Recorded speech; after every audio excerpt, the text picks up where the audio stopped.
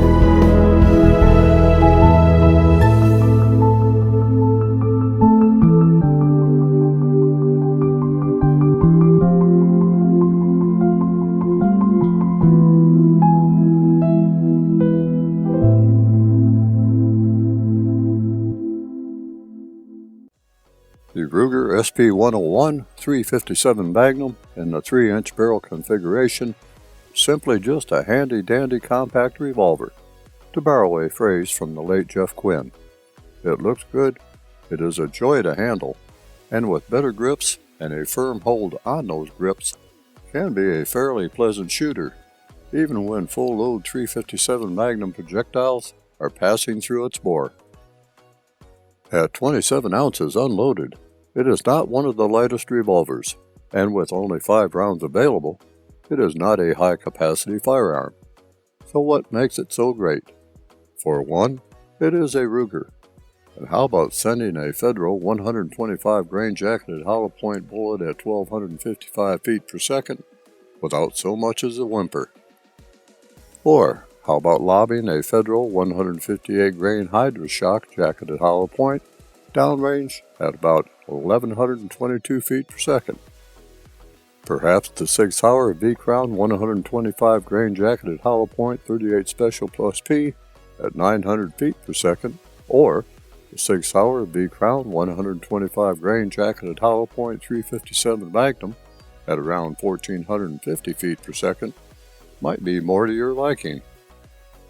These are my favorite loads for the revolver, and the Ruger SP101 can handle these with aplomb.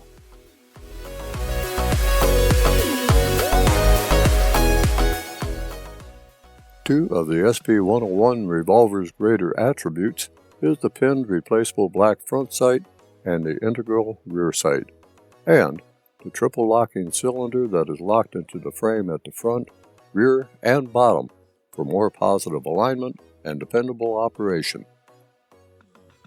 Takedown of the integrated subassemblies requires no special tools, allowing for easy maintenance and reassembly.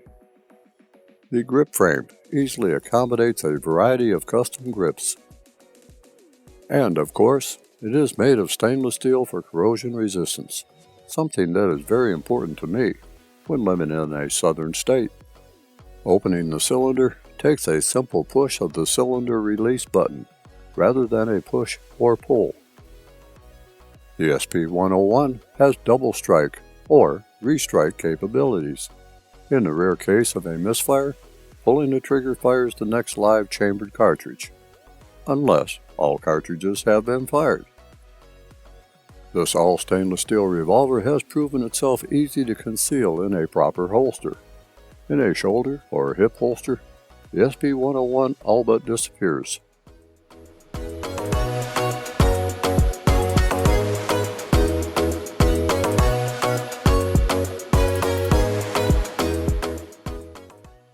With the proper holster and clothing, the Ruger SP101 does not have a gibbous outline when carried. The beauty of a revolver like the Ruger SP101 is the concealment factor. While on the heavy side, the SP101 can be a welcomed companion in a time of need. Keep a couple of speed loaders and/or speed strips handy for reloading and you are good to go. The SP101 holds 5 cartridges, and, hopefully, you will be well served by those. As far as maintaining the SP101, videos are available to guide you at the Ruger Tech Tips website for disassembly, lubrication, and reassembly of the SP101 and all double-action revolvers.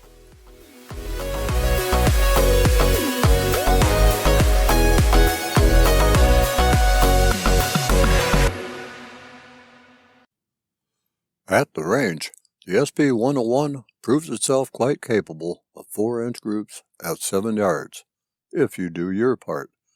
The further the distance, the worse it gets, at least for me, since the short sight radius hampers long-distance shooting, just a tad. With a target at 25 yards, I can tell you that I will hit the target. What I cannot tell you is exactly where. Surprisingly, with a good grip, follow-up shots can be quick, even with 125 grain .357 Magnum ammunition. With the gun being so short, and with a firm grip on the revolver, recoil is straight back into the hand, and tends to lift the whole hand, rather than just rotating the gun in the hand. Locking out the arms and wrist gets this diminutive revolver back on target faster than you might think possible.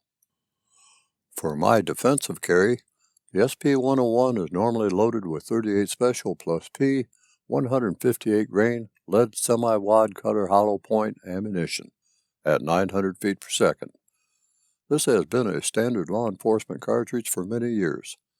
For serious shooting, 6-hour V-Crown 125 grain jacketed hollow point .357 Magnum at around 1450 feet per second seems to have good accuracy. Muzzle and slide flash can be quite impressive from the .357 Magnum load. You don't want your hand anywhere near the flash cap. I use a thumb over grip when I get serious about putting rounds where I want them. With a thumb over grip method of holding a revolver, both hands on the butt, the revolver is better stabilized and the support hand is well away from the flash cap. For me, I can apply it regardless of the size of the revolver, small, medium, or family economy size. Felt recoil can be bothersome. Although the SP101 weighs more than some other compact revolvers, felt recoil is sharp in the hand, and I would recommend light target ammunition in .38 Special. For example, a target load of 148 grain round nose or wad cutter for range practice. Even shooting range ammunition can be bothersome to some. At 690 feet per second, a 148 grain round nose or wad cutter is a very mild load that will help you concentrate on what needs to be concentrated on and not worry about recoil. Compared to a revolver like the Ruger LCR or similar lightweight revolver, felt recoil by the SP101 is a pussycat.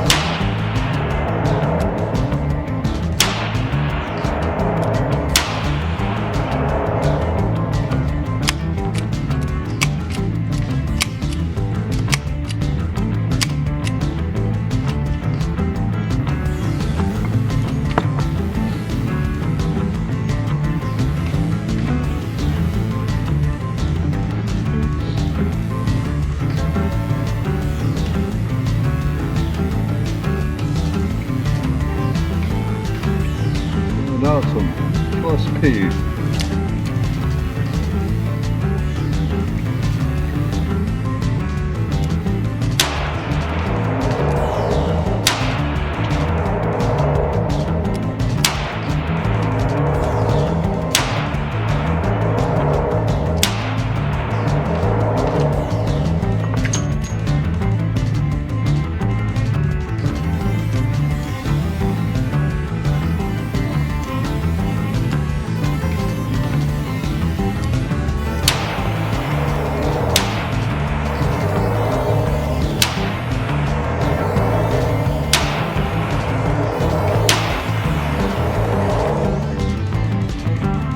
.357 Magnum.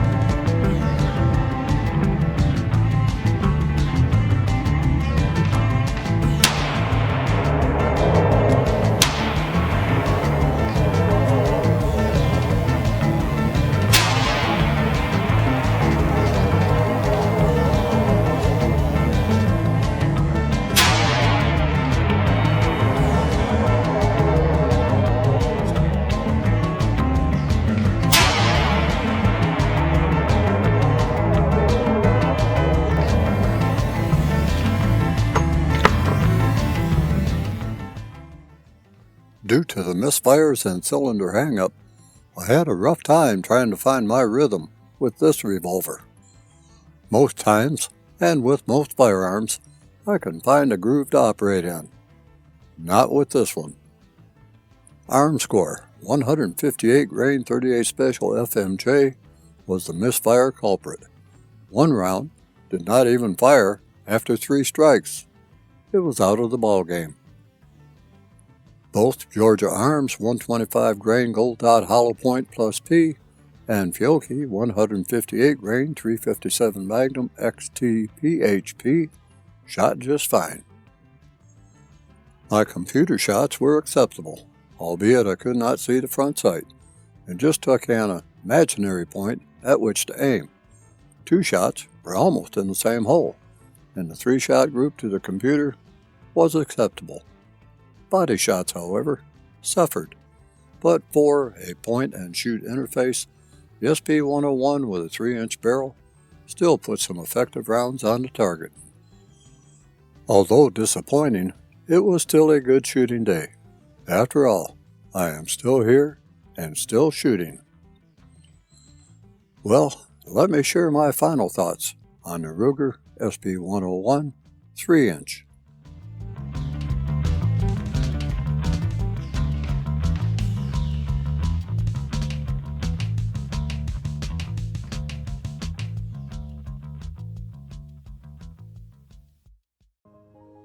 Some people like the ultralight revolvers until they shoot them.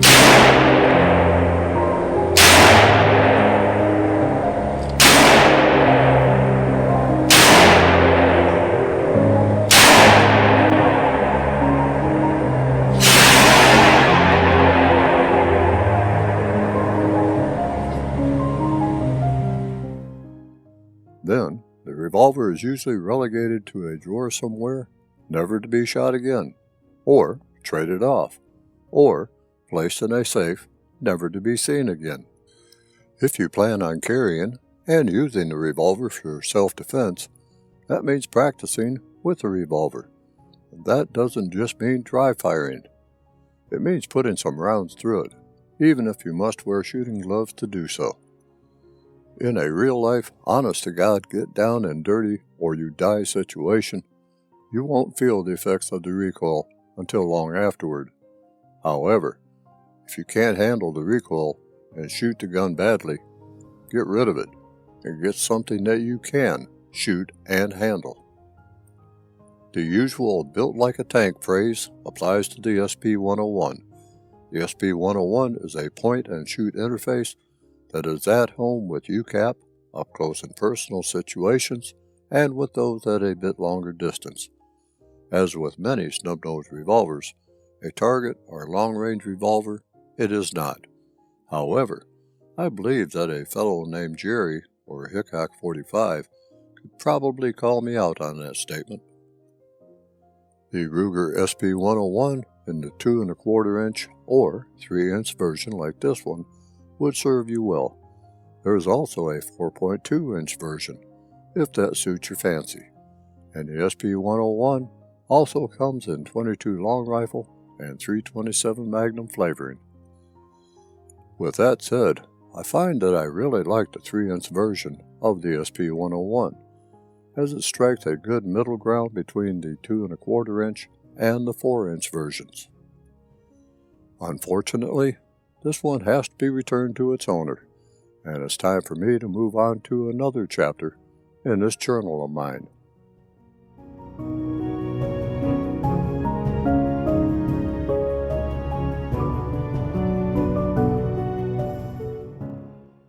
Until we meet again, and I hope that to be soon, stay vigilant, stay armed, and stay safe wherever your travels take you.